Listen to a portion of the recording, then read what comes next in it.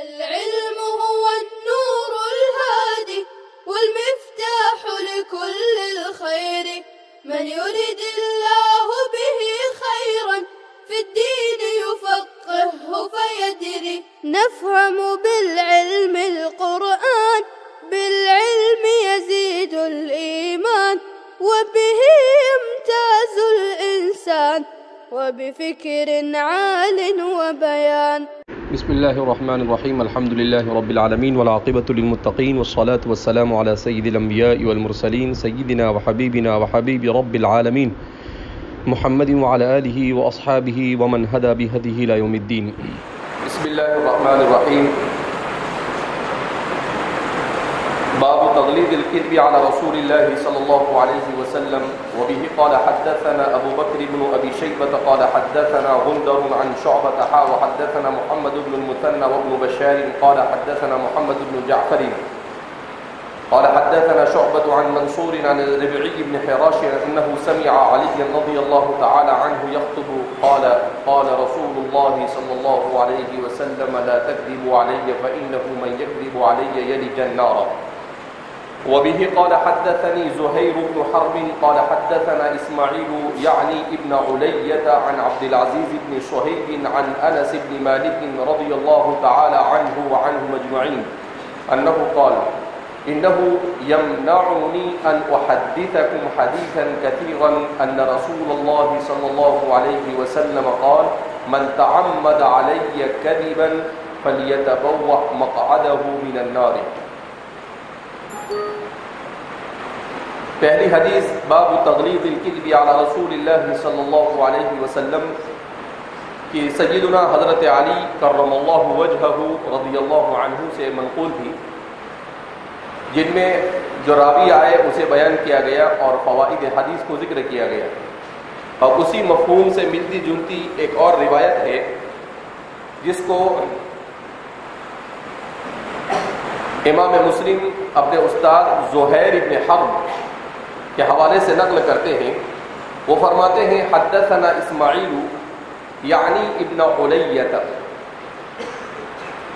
امام مسلم اور امام بخاری ان دونوں حضرات کے یہاں پر ایک چیز میں فرق پایا جاتا ہے، اور وہ فرق یہ ہے کہ امام بخاری اپنے استاد سے سند اور متن میں جس چیز کو سنتے ہیں اسے ہو بہو ویسا ہی نقل کر دیتے ہیں. اس میں اپنی طرف سے کوئی وضاحت اور اپنی طرف سے کسی طرح کی یعنی اور اعنی کر کوئی بات بیان نہیں کرتے. البتہ امام مسلم یہ جہاں پر ضرورت محسوس کرتے ہیں وہاں پر سند یا متن میں، خاص طور پر سند میں یعنی کر اس کی تفسیر بیان کرتے ہیں اور کسی بھی مبہم شے کو واضح کرنے کی کوشش کرتے ہیں. اسی لیے ہماری اس سند میں امام مسلم حدثنا اسماعیل کہنے کے بعد یعنی ابن علیہ تک، تو یعنی ابن علیہ یہ اسماعیل کا قول نہیں ہے بلکہ یہ وضاحت ہے امام مسلم کی طرف سے. امام مسلم کو یہاں پر یعنی کہنے کی کوئی ضرورت پیش آئی. اس لیے ضرورت پیش آئی کہ اسماعیل نام کے متعدد روات ہیں، تو کہیں سند پڑھنے والے کے لیے اور حدیث پڑھنے والے کے لیے امر مشتبہ نہ ہو جائے اور وہ اسماعیل سے اسماعیل ابن علیہ کے بجائے کسی اور کو مراد نہ لے لے. اس وجہ سے انہوں نے یہاں پر اس کی وضاحت کی کہ ابن علیہ سے مراد یہاں پر کون ہے، اسماعیل سے مراد یہاں پر کون ہے، ابن علیہ. بہرحال تو کیا فرماتے ہیں یعنی ابن علیہ، یعنی ابن علیہ یہ کلام مسلم ہے. عن عبد العزیز بن صہیب عن انس بن مالک رضی اللہ عنہ. عبد العزیز بن صہیب فرماتے ہیں سیدنا خادم رسول صلی اللہ علیہ وسلم حضرت انس بن مالک فرماتے ہیں کہ انہ لیمنعنی ان احدثکم حدیثا کثیرا، کہ مجھے بکثرت احادیث کو بیان کرنے سے ایک چیز روکتی ہے، اور وہ کیا ہے؟ تو فرماتے ہیں نبی کریم صلی اللہ علیہ وسلم کا فرمان مبارک، من تعمد علی کذبا فلیتبوأ مقعدہ من النار، کہ میں نے نبی کریم صلی اللہ علیہ وسلم سے سنا کہ آپ صلی اللہ علیہ وسلم ارشاد فرماتے ہیں کہ جو جان بوجھ کر مجھ پر جھوٹ گھڑے گا، تو آپ صلی اللہ علیہ وسلم نے اس کے بارے میں بیان کیا کہ وہ اپنا ٹھکانہ جہنم بنائے۔ سب سے پہلی بات یہاں پر یہ آتی ہے کہ حضرت انس بن مالک رضی اللہ تعالی عنہ ایک طرف یہ بیان کر رہے ہیں کہ میں اکثار پھر روایہ نہیں کرتا، اس لیے کہ اکثار پھر روایہ یہ میرے لیے مانع ہے کہ مجھے ڈر لگتا ہے کہ کہیں کوئی چیز نبی کریم صلی اللہ علیہ وسلم نے ارشاد فرمائی ہو، نہ فرمائی ہو، اور میں آپ کی طرف منسوب کر دوں تو میرا بھی ٹھکانہ جہنم بن جائے۔ اب یہاں پر ایک سوال یہ پیدا ہوتا ہے کہ حضرت انس بن مالک رضی اللہ تعالیٰ عنہ ایک طرف یہ بیان کر رہے ہیں کہ میں اکثار پھر روایہ سے اپنے آپ کو روکتا ہوں اور میں روایتیں زیادہ بیان نہیں کرتا ہوں، دوسری طرف ان کا شمار مکثرین روایت میں ہوتا ہے، وہ حضرات صحابہ جو کثیر الروایہ ہے، ان میں پہلا نمبر سیدنا حضرت ابو ہریرہ کا ہے، دوسرا نمبر سیدنا حضرت ام المؤمنین عائشہ صدیقہ رضی اللہ تعالی عنہا، اور پھر اس کے بعد عبداللہ بن عمر اور انس بن مالک آتے ہیں کہ تقریباً 2500 سے زیادہ روایتیں ان سے مروی ہیں۔ تو اب سوال پیدا ہوتا ہے کہ یہ تو یوں کہہ رہے ہیں یمنعنی، کہ مجھے منع کرتی ہے یہ چیز کہ مجھے ڈر لگتا ہے، تو محدثین اس سلسلے میں فرماتے ہیں کہ حضرت انس بن مالک رضی اللہ تعالیٰ عنہ یہ بیان کر رہے ہیں اور اس کے باوجود ان کے عمل سے تعارض لازم آ رہا ہے بظاہر، تو فرماتے ہیں تعارض نہیں۔ کیوں تعارض نہیں ہے؟ تو اس لیے اس میں تعارض نہیں ہے کہ حضرت انس بن مالک رضی اللہ تعالیٰ عنہ نے آپ صلی اللہ علیہ وسلم سے صرف 2500 روایتیں نہیں سنی، بلکہ آپ نے حضور سے اس سے زیادہ روایتیں سنی، مگر آپ کے اسی احتیاط کی وجہ سے آپ 2500 حدیثیں نقل کر سکے۔ اور اگر سیدنا حضرت ابو ہریرہ رضی اللہ تعالی عنہ اور حضرت انس بن مالک رضی اللہ تعالی عنہ، ان دونوں کے درمیان مقارنہ، تقابل اور موازنہ کیا جاوے تو سیدھی سی بات سمجھ میں آتی ہے کہ انس بن مالک کی روایتیں حضرت ابو ہریرہ سے 4 پٹ زیادہ ہونی چاہیے تھی، جو میری سمجھ میں آ رہا ہے۔ کیوں؟ اس لیے کہ حضرت ابو ہریرہ نبی کریم صلی اللہ علیہ وسلم کی خدمت اقدس میں 2 سال رہے اور انس بن مالک 10 سال رہے۔ انس بن مالک کتنے سال رہے؟ اور انس بن مالک اس لیے کہ حضرت انس بن مالک کا تعلق قبیلے بنو نجار سے تھا۔ اب جب ان کا تعلق قبیلے بنو نجار سے تھا تو قبیلے بنو نجار یہ نبی کریم صلی اللہ علیہ وسلم کا ننیالی رشتہ ان سے تھا۔ بی بی آمینہ کا تعلق قبیلے بنو نجار سے تھا۔ مدینہ منورہ سے آپ صلی اللہ علیہ وسلم کو ننیالی اعتبار سے پہلے سے جوڑ دیا گیا تھا تکوینی طور پر۔ کیوں؟ اس لیے کہ آپ کا دار الہجرہ مدینہ بننے والا تھا، تو آپ صلی اللہ علیہ وسلم کا ننیالی رشتہ تھا۔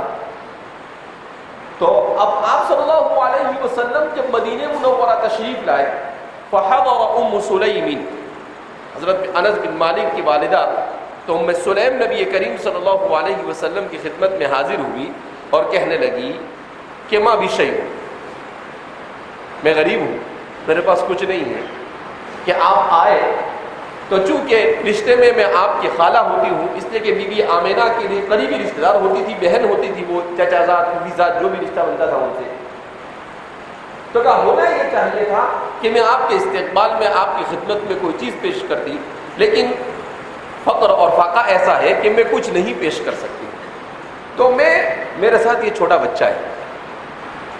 وَكَانَ أَنَسُ بْنُ مَالِكٍ ابن 10 سنة، کتنے سال کے تھے؟ 10 سال کے تھے۔ کہا یہ میرا بیٹا انس ہے، میں آپ کی خدمت میں اس کو چھوڑ دوں. آپ اس سے اپنی خدمت دے سکتے ہیں. آپ کے بچے نہیں ہیں, بڑے بچے, تو آپ کو ضرورت ہوگی کہ کوئی نہ کوئی آپ کے کام کرے, تو یہ آپ کے پاس رہیں گے. آپ اس کے لیے دعا کر دینا. تو آپ صلی اللہ علیہ وسلم نے کہا ٹھیک ہے, ان کے اس ہدیے کو قبول کیا. ہدیہ بھی بڑا شاندار, اور جس کو ہدیے میں پیش کیا گیا وہ بھی بڑا خوش قسمت کہ اللہ کے رسول صلی اللہ علیہ وسلم کی صحبت اسے میسر آ رہی. اب انس بن مالک کان من اذکیاء اطفال مدینہ, مدینہ کے ذہین اور فتین بچوں میں سے تھے, بہت ذہین تھے. سیرے کہتے ہیں خدمت رسول اللہ صلی اللہ علیہ وسلم 10 حجج, کہ میں نے نبی کریم صلی اللہ علیہ وسلم کی 10 سال خدمت کی. 10 سال میں کبھی آپ صلی اللہ علیہ وسلم نے مجھے ایسا نہیں کہا لما فعلت ہکذا ولما ما فعلت ہکذا, کہ ایسا کیوں کیا اور ایسا کیوں نہیں کیا. ہمارے محدثین فرماتے ہیں کہ اس میں جہاں پر نبی کریم صلی اللہ علیہ وسلم 10 سال کوئی چھوٹا سا عرصہ نہیں, اور 10 سال کے بچے ہیں, تو کہا اس میں جہاں پر نبی کریم صلی اللہ علیہ وسلم کا کمال ہے وہاں پر انس بن مالک کا بھی کمال ہے, کہ آپ صلی اللہ علیہ وسلم نے کبھی ان کے کسی کام پر نکیر نہیں کی. تو یہاں پر ہم یہ بھی کہہ سکتے ہیں کہ انس بن مالک نے 10 سال تک اتنے احتیاط سے خدمت کی کہ کبھی کوئی غلط کام کیا ہی نہیں کہ آپ کو موقع دیتے کہ آپ ایسا کہیں. کہا کہ کبھی آپ کو موقع ہی نہیں دیا کہ آپ صلی اللہ علیہ وسلم کو ان سے کوئی شکایت کری, حضور کے منشے کے خلاف کوئی کام انجام ہی نہیں دیا. تو یہ ہے انس بن مالک. اب یہ انس بن مالک حضور کی خدمت میں اگر 10 سال رہے تو ظاہر سی بات ہے اگر حضرت ابو ہریرہ کی 5000 روایتوں کو 2 سال کر 5 مرتبہ بھی ضرب دے تو کتنی ہو جاتی ہے؟ 25,000. کتنی ہو جاتی ہے؟ 25,000. ایک بات. دوسری کہ حضرت 25,000 سے زیادہ ہو سکتی ہے. کیوں؟ اس لیے کہ حضرت ابو ہریرہ رضی اللہ تعالیٰ عنہ تو نبی کریم صلی اللہ علیہ وسلم جب صفہ میں جاتے تھے تو آپ کے ساتھ رہتے تھے, اور انس بن مالک تو صبح سے لے کر رات میں سونے تک آپ کے ساتھ رہتے تھے. کوئی وفد ہے, گھر کا کوئی کام ہے, کان یلازمہ ملازمۃ تامۃ, مکمل آپ کے ساتھ رہتے تھے. اس کا تقاضا تو یہ تھا کہ 25 نہیں 40 بھی کم ہے. تو اتنی ساری بات, اسی لیے ہمارے محدثین فرماتے ہیں کہ حضرت انس بن مالک کے پاس روایتیں تو بہت زیادہ تھیں, انہوں نے احتیاط کر بیان کی تو وہ 2500 ہوگی. تو انس بن مالک کے اعتبار سے وہ کثیر نہیں ہے, اگرچہ وہ مفسرین پھر روایہ میں آتے ہیں, مگر انس بن مالک نے جتنی سنی اس کے مقابلے میں گویا کہ انہوں نے مشکل سے 10% بیان کی. تو پھر دوسرا سوال 90% نہیں بیان کی. من کتم علما الجم بلجام من النار, تو پھر سوال پیدا ہوتا کہ اگر انہوں نے علم کو چھپایا ہے تو اس صورت میں تو اللہ کے رسول صلی اللہ علیہ وسلم نے ارشاد فرمایا کہ ایسے آدمی کے لیے بھی. تو سوال پیدا ہوتا ہے کہ کتمان علم کے کہیں پر حضرت انس بن مالک مورد تو نہیں ٹھہرتے؟ کہا وہ بھی نہیں. کیوں؟ کتمان علم کا مطلب کیا ہوتا ہے؟ کتمان علم کا مطلب یہ نہیں ہے کہ آپ کو جو کچھ آیا وہ ساری دنیا بتاتے پھرو, نہیں. انس بن مالک نے جس چیز کی جب ضرورت پڑی آپ نے بتلایا. کتمان علم کے کا الزام ان پر اس وقت ہوتا جب انس بن مالک ضرورت کے باوجود روایت کو بیان نہ کرتے, ضرورت کے باوجود روایت کو بیان نہ کرتے. اور کتمان علم کہتے کس کو ہے؟ کتمان علم اس کو کہتے ہیں کہ آدمی اپنی فوقیت کو برقرار رکھنے کے لیے کسی دین کی بات کو دوسروں کو بیان نہ کرے, اور یہ انس بن مالک سے ہوا نہیں. اس لیے کہ انس بن مالک نے جو نہیں بیان کیا وہ اس لیے نہیں بیان کیا کہ وہ اپنے علم کا لوہا منوانا چاہتے تھے, بلکہ وہ انہوں نے احتیاط کے طور پر بیان نہیں کیا کہ کہیں مجھ سے الفاظ میں کچھ آگے پیچھے ہو گیا تو میں فَلْيَتَبَوَّأْ مَقْعَدَهُ مِنَ النَّارِ کا الزام مجھ پر نہ آ جاوے اور میں اس وعید میں داخل نہ ہو جاؤں. تو اس سے بچنے کے لیے آپ نے جہاں جتنی ضرورت پڑی اتنا بیان کیا اور اس سے آگے بیان نہیں کیا. تو جہاں جتنی ضرورت پڑی اتنا بیان کر دیا، آپ نے اپنے علم کا فریضہ انجام کر دیا، فَلْيُبَلِّغِ الشَّاهِدُ الْغَائِبَ کا، لہذا آپ پر کتمان علم کا الزام بھی آ سکتا۔ وہ تو حضرت ابو ہریرہ خود فرماتے تھے، کہا میرے پاس آپ صلی اللہ علیہ وسلم کے حدیثوں کی 4 زنبیلیں ہیں، کہا بھی تو اس میں سے ایک کھولی ہے، اگر میں دوسری اور تیسری کھولوں گا تو تمہارے دماغ بھی پھٹ جائیں گے۔ کہ ایسی ایسی بات نبی کریم صلی اللہ علیہ وسلم سے میں نے سنی ہے۔ تو بہت ساری چیزیں نبی کریم صلی اللہ علیہ وسلم کی حضرات صحابہ احتیاط کے طور پر نہیں بیان کرتے تھے، اور بہت ساری اس لیے نہیں بیان کرتے تھے کہ انسانوں کو ہضم نہیں ہو سکتی تھی۔ پھر سوال پیدا ہو، انسانوں کو نہیں ہضم ہو سکتی تھی تو حضور نے کیوں بیان کیا؟ ابو ہریرہ اور انس بن مالک جیسے کو تو ہضم ہو سکتی تھی نا، وہ ان کے لیے صحیح تھی، اس لیے آپ نے بیان کیا کہ حضرات صحابہ کو ہضم ہو سکتی تھی وہ، بلکہ ان کا علمی ہاضمہ اتنا مضبوط اور اتنا وسیع تھا کہ ان کے لیے وہ سب کچھ ضروری تھا۔ اگر وہ سب کچھ نہ ہوتا، اسی لیے دیکھتے ہیں سیدنا حضرت ابو ہریرہ رضی اللہ تعالیٰ عنہ کتنا احتیاط کرتے تھے۔ ایک مرتبہ آپ وضو فرما رہے ہیں تو آپ نے وضو کرتے کرتے وضو میں کیا کیا، اپنا ہاتھ یہاں تک دھویا۔ کہاں تک دھویا؟ اب ان کے خادم ان کے پیچھے تھے، حضرت ابو ہریرہ نے ان کو دیکھا نہیں، وہ سمجھے کوئی ہے نہیں، میں اکیلا ہوں، اور انہوں نے دیکھا کہ ابو ہریرہ یہاں تک ہاتھ دھو رہے ہیں۔ تو جیسے ہی وضو سے فارغ ہو کر ابو ہریرہ کھڑے ہوئے تو کہا کہ میں نے آپ کو آج ایک ایسا عمل کرتے ہوئے دیکھا جو کسی کو نہیں دیکھا۔ کہا کیا دیکھا میں تمہیں؟ کہا آپ نے یہاں تک ہاتھ دھویا۔ کہا کہ تو نے دیکھا؟ کہا کہ اگر مجھے پتا ہوتا ہے تو دیکھ رہا ہے تو میں یہ عمل نہ کرتا۔ کہا کیوں؟ کہا اس لیے کہ میں نے حضور سے یہ سنا ہے، من اراد ان یطیل غرته فلیطل، کہ اگر کوئی یہ چاہتا ہے کہ قیامت کے دن اس کی روشنی زیادہ ہو تو وہ زیادہ سے زیادہ اعضاء وضو میں اپنے عضو اور اپنے بدن کو داخل کرے، تو یہ میرا اپنا انفرادی مسئلہ ہے، میری اپنی رائے ہے۔ تو میں نہیں چاہتا ہوں کہ میرا ہاتھ قیامت کے دن یہاں تک ہی چمکے، میں یہ چاہتا ہوں کہ یہاں تک چمکے، مگر چونکہ دیگر صحابہ کی رائے نہیں ہے اور قرآن کا مطالبہ بھی اتنا ہی ہے، اس لیے میں لوگوں کے سامنے یہاں تک دھوتا ہوں، اور جب کبھی انفرادی طور پر ہوتا ہے تو میں اپنے اس مسلک کے اوپر عمل کرتا ہوں، لہذا تو کسی کو بیان مت کرنا۔ سمجھ آئی بات؟ تو یہ تھا صحابہ کا احتیاط۔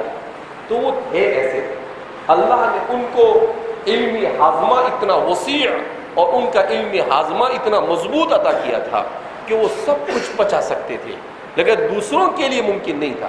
یہاں تو کچھ نہیں آتا ہے، اس کے بعد بھی کتنے ڈھنگے مارتے ہیں۔ فلاسفہ کو دیکھو، متکلمین کو دیکھو، منکرین حدیث کو دیکھو، کچھ نہیں آتا، الف کا نام بھالا نہیں آتا، اور اس کے بعد بھی ایسے پیش کرتے ہیں جیسے دنیا میں ان سے بڑا کوئی عقل مند ہی نہیں ہوا، جبکہ صحابہ کے سامنے ان کی حیثیت ذرے کی بھی نہیں تھی۔ تو یہ حضرات صحابہ کرام رضوان اللہ تعالیٰ کہ اعمقهم علما، اسی لیے سیدنا حضرت عبداللہ بن مسعود فرماتے ہیں کہ تم کیا سمجھتے ہو حضرات صحابہ کو؟ کہا اعمقهم علما، علم کے ایسے عمیق کہ ان کے عمق کا کوئی اندازہ نہیں لگایا جا سکتا ہے، اتنے عمیق تھے علم کے اعتبار سے۔ بہرحال تو حضرت انس بن مالک رضی اللہ تعالیٰ عنہ فرماتے ہیں من تعمد علی کذبا فلیتبوأ مقعدہ من النار، کہ جو جان بوجھ کر مجھ پر کسی جھوٹی چیز کی نسبت کرے تو وہ اپنا ٹھکانہ جہنم میں بنائے۔ جیسا کہ اس سے پہلی روایت کے ذہن میں بھی بیان کیا جا چکا کہ کذب علی الرسول صلی اللہ علیہ وسلم من اکبر الکبائر، سب سے بڑا گناہ ہے کہ آدمی آپ صلی اللہ علیہ وسلم کی طرف بالقصد کسی غلط چیز کو منسوب کرے، یہاں تک کہ بعض حضرات نے کہا بالقصد اگر ایسا کرتا ہے تو اس کے لیے کفر کا امکان ہے۔ دوسری روایت ہے وبه قال حدثنا محمد بن عبيد الغبري قال حدثنا ابو عوانة عن ابي حصين عن ابي صالح عن ابي هريرة رضي الله عنه وعنهم اجمعين قال قال رسول الله صلى الله عليه وسلم من كذب علي متعمدا فليتبوأ مقعده من النار. مشہور انہی الفاظ کے ساتھ یہ روایت ہے سیدنا راویۃ الاسلام امام مسلم اپنے استاد محمد بن عبید الغبری کے حوالے سے بیان کرتے ہیں، وہ ابو عوانہ سے اور وہ ابی حسین سے، ابی حسین ہے یہ، ابی حسین نہیں ہے، اس لیے کہ اس کے مختلف ضبط ہے، مگر محدثین نے ان کا جو ضبط بیان کیا ہے وہ یہی ہے کہ ان کا اسم حسین ہے، حصن حسین، جیسے قلعے کو حسین کہا جاتا ہے، حصن حسین مضبوط قلعہ، تو وہ صفت کے طور پر استعمال کیا جاتا ہے، کہا اسی طریقے سے ان کا نام بھی حسین تھا. تو عن ابی حسین عن ابی صالح عن ابی ہریرہ رضی اللہ عنہ، راویۃ الاسلام سیدنا حضرت ابو ہریرہ رضی اللہ تعالیٰ عنہ سے روایت نقل کرتے ہیں، رسول اللہ صلی اللہ علیہ وسلم نے ارشاد فرمایا من کذب علی متعمدا فلیتبوأ مقعدہ من النار، کہ جو جان بوجھ کر مجھ پر کسی غلط چیز کی نسبت کرے فلیتبوأ مقعدہ من النار، تو اسے چاہیے کہ وہ اپنا ٹھکانہ جہنم میں بنائے. تو آپ صلی اللہ علیہ وسلم ان مختلف الفاظ میں حضرات صحابہ، جیسا کہ بیان کیا گیا کہ تقریباً 200 سے زیادہ صحابہ سے روایت مروی ہے، اسی لیے اس کو متواتر معنوی کہا جاتا ہے کہ معنی کے اعتبار سے روایت تواتر تک پہنچی ہوئی ہے. اسی لیے مصنف نے اپنی کتاب کا آغاز ہی ایسی روایت سے کیا جو روایت تواتر بالمعنی کی حامل ہے، جس سے مصنف اس بات کی طرف اشارہ کر رہے ہیں کہ ہم آپ کو جو بھی روایت بیان کریں گے وہ مضبوط سے مضبوط روایت بیان کرنے کی کوشش کریں گے، اس میں ذرہ برابر بھی ہم کسی طرح کی کوتاہی نہیں کریں گے. اب حضرت ابو ہریرہ رضی اللہ تعالیٰ عنہ، تو ظاہر سی بات ہے کہ ان کو راویۃ الاسلام کہا جاتا ہے، اسلام کے درخت کو سینچنے اور سیراب کرنے والے. نبی کریم صلی اللہ علیہ وسلم سے آپ نے تقریباً 5000 سے زیادہ روایتیں نقل کی، جبکہ حضور کی صحبت میں صرف 2 سال آپ کو ملے. قبیلے دوس سے آپ کا تعلق تھا، جو یمن کا ایک مشہور قبیلہ تھا، الدوسی، اسی لیے آپ کو کہا جاتا ہے الیمنی، اس لیے کہ آپ اصلاً یمن کے رہنے والے تھے، اور آپ اسلام لا کر گویا کہ نبی کریم صلی اللہ علیہ وسلم کی خدمت میں حاضر ہو کر پھر آپ نے مدرسہ صفہ کے سب سے ممتاز طالب علم، مدرسہ صفہ کے سب سے ممتاز طالب علم تھے. اصل میں تو ان قبیلے دوست کے اسلام لانے میں سب سے بڑا کمال تھا حضرت ابو عمرو طفیل الدوسی کا، جو مکہ مکرمہ ہی میں نبی کریم صلی اللہ علیہ وسلم کی خدمت میں حاضر ہو کر اسلام میں کیا ہو گئے تھے، داخل ہو گئے تھے، اور پھر انہوں نے اپنے قبیلے میں جا کر محنت کی، اور ان کی محنت سے پورا قبیلہ اسلام میں کیا ہو گیا تھا، داخل ہو گیا تھا. کچھ لوگ ان کے ہاتھ پر مسلمان ہوئے، اور کچھ لوگ مدینہ آ کر. ابو عمرو طفیل الدوسی، ان کا واقعہ مشہور بھی ہے تاریخ کی کتابوں میں. آپ صلی اللہ علیہ وسلم سے انہوں نے اسلام لانے کے بعد کہا کہ میں چاہتا ہوں کہ اپنی قوم کو اسلام کی طرف دعوت دوں، لیکن جب میں ان کو اسلام کی طرف بلاؤں گا تو وہ مجھ سے مانگیں گے کہ کیا نشانی ہے کہ تم محمد کے فرستادہ ہو. تو آپ صلی اللہ علیہ وسلم نے ان کو کہا کہ ایک روشنی ان کو عطا کی، جیسے حضرت موسیٰ علیہ السلام اپنے ہاتھ کو ڈالتے تھے اور جب بغل سے نکالتے تھے تو وہ چمکتا تھا. کہا ان کے ہاتھ پر بھی ایک چمک دی گئی، کوئی علامت مانگتا تھا تو وہ ہاتھ بتا دیتے تھے تو وہ چمکتا ہوا رات میں بھی نظر آتا تھا. کہا وہ علامت کے طور پر بتلاتے تھے تو لوگ اسلام میں کیا ہو جاتے تھے، داخل ہو جاتے تھے. تو حضرت ابو عمرو طفیل الدوسی، یہ انہی کے قبیلے سے آپ کا تعلق تھا. سیدنا حضرت ابو ہریرہ رضی اللہ تعالیٰ عنہ کا، گویا کہ ابو ہریرہ کی ساری روایتوں کا ثواب ابو عمرو طفیل الدوسی کو بھی ہوگا. تو اس روایت میں بھی یہی بات بیان کی گئی کہ جو آپ صلی اللہ علیہ وسلم کی طرف غلط چیز کو منسوب کرے گا تو وہ اپنے ٹھکانے کو جہنم میں بنائے. وبه قال حدثنا محمد بن عبد الله بن نمير قال حدثنا أبي قال حدثنا سعيد بن عبيد قال حدثنا علي بن ربيعة قال أتيت المسجد والمغيرة أمير الكوفة قال فقال المغيرة سمعت رسول الله صلى الله عليه وسلم يقول إن كذبا علي ليس ككذب على أحد فمن كذب علي متعمدا فليتبوأ مقعده من النار. امام مسلم متعدد روایت کو ایک ہی معنی اور مفہوم اگرچہ الفاظ میں کچھ تبدیلی ہے متعدد صحابہ سے نقل فرما رہے ہیں اور اپنے متعدد اساتذہ سے نقل فرما رہے ہیں. یہ چوتھی روایت ہے اس باب کی جس کو وہ بیان کرتے ہیں اپنے استاد محمد بن عبداللہ بن نمیر سے اور وہ اپنے والد سے یعنی عبداللہ بن نمیر سے اور وہ سعد بن عبید سے اور وہ علی بن ربیعہ سے. وہ کہتے ہیں علی بن ربیعہ کہ میں مسجد میں آیا اور کوفہ کا واقعہ بیان کرتے ہیں.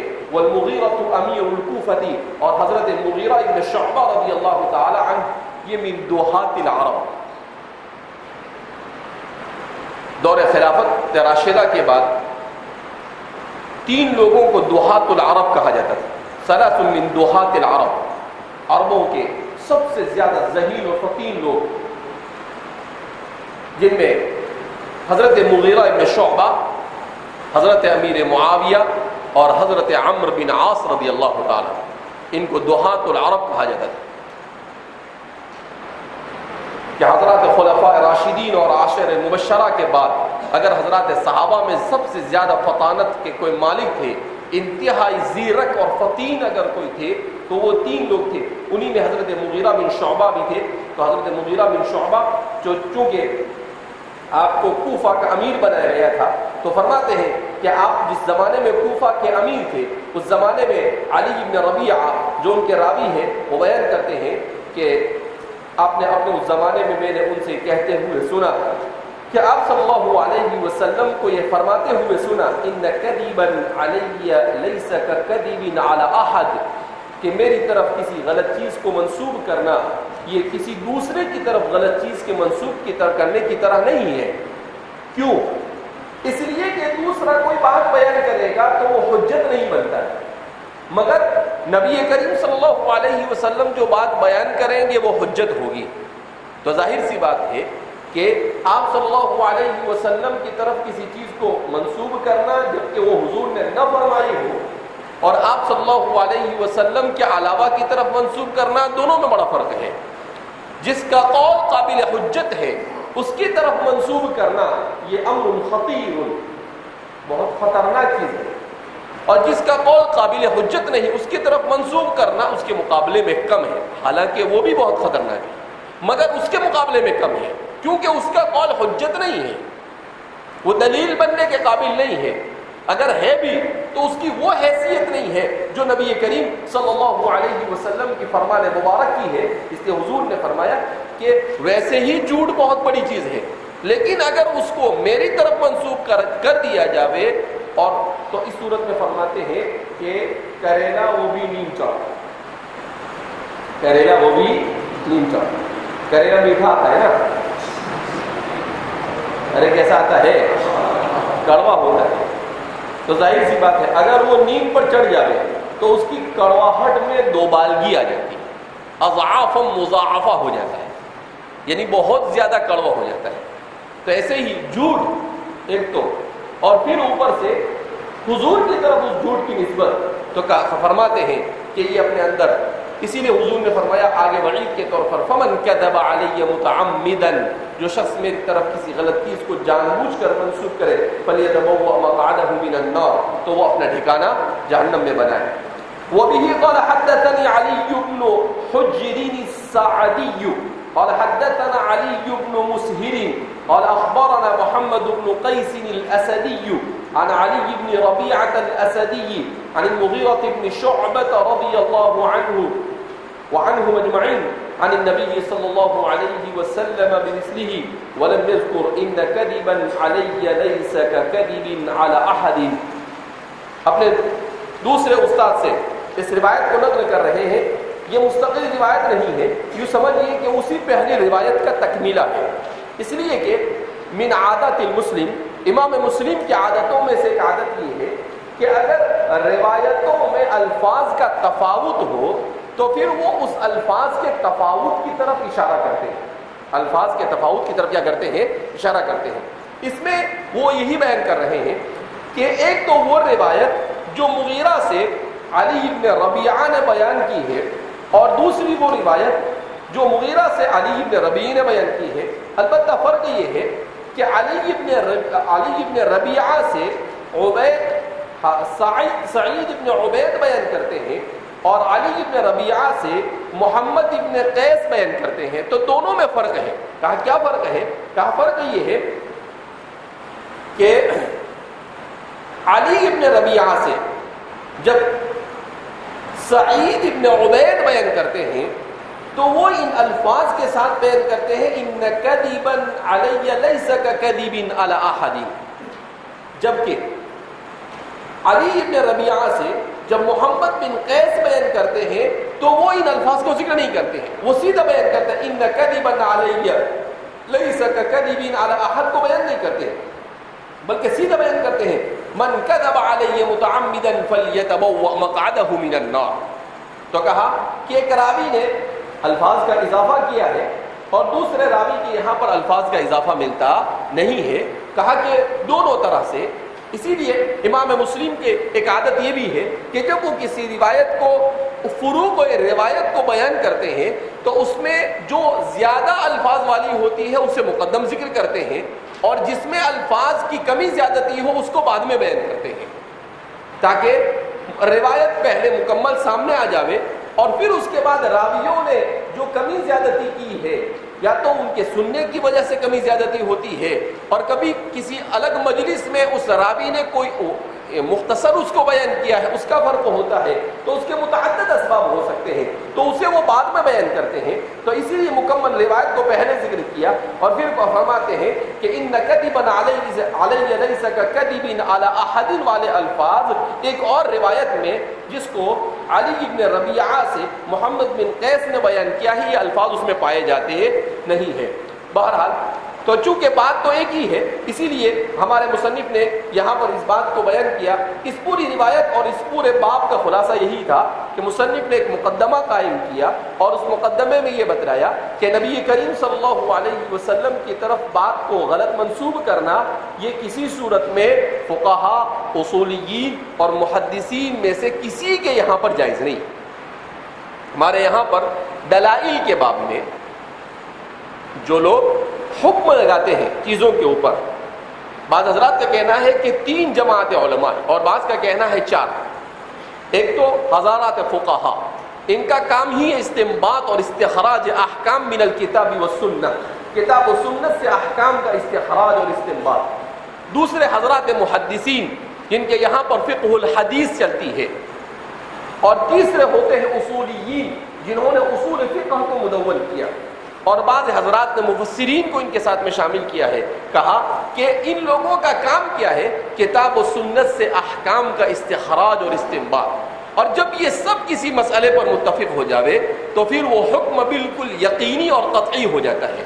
تو آپ صلی اللہ علیہ وسلم کی طرف غلط بات کو منسوب کرنا اس کی حرمت پر اور اس کے قریب کفر پر فقہا کا محدثین کا اصولیین کا تینوں جماعت کا اتفاق ہے. کوئی بھی اس کے جواز کا قائل نہیں ہے. فرقہ باطلہ میں سے کرامیہ سے بھی اس کے قائل ہے کہ وہ یہ کہتے ہیں کہ ترغیب اور ترہیب کے لیے اگر حضور کی طرف کچھ منسوب بھی کر دیا اپنے طور پر بنا کر تو کوئی حرج نہیں جیسے ان کے بابا کی پراپرٹی ہے. ایسا نہیں ہے. صحیح یہی ہے کہ جب کسی چھوٹے سے چھوٹے انسان کی طرف غلط بات کا منسوب کرنا جائز نہیں ہے تو نبی کریم صلی اللہ علیہ وسلم جیسی عظیم ہستی کی طرف کسی غلط بات کا منسوب کرنا یہ کسی صورت میں جائز ہو سکتا نہیں ہے.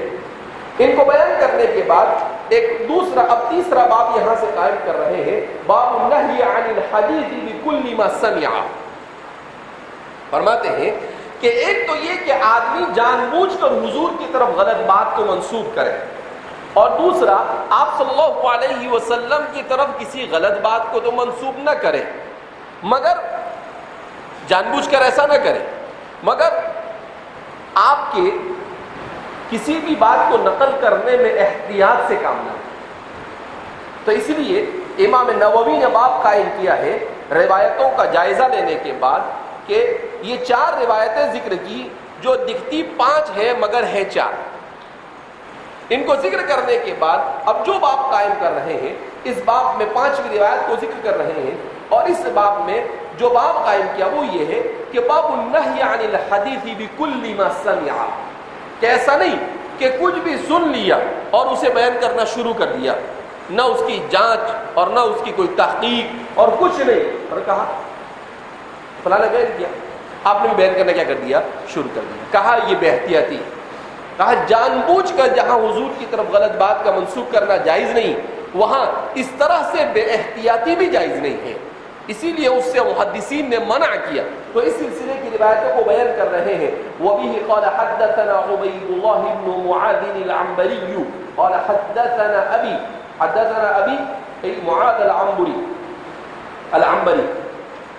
وحدثنا محمد بن المثنى قال حدثنا عبد الرحمن بن مهدي قال حدثنا شعبة عن خبيب بن عبد الرحمن عن حفص بن عاصم عن أبي هريرة رضي الله عنه وعنهم أجمعين قال قال رسول الله صلى الله عليه وسلم كفى بالمرء كذبا أن يحدث بكل ما سمع۔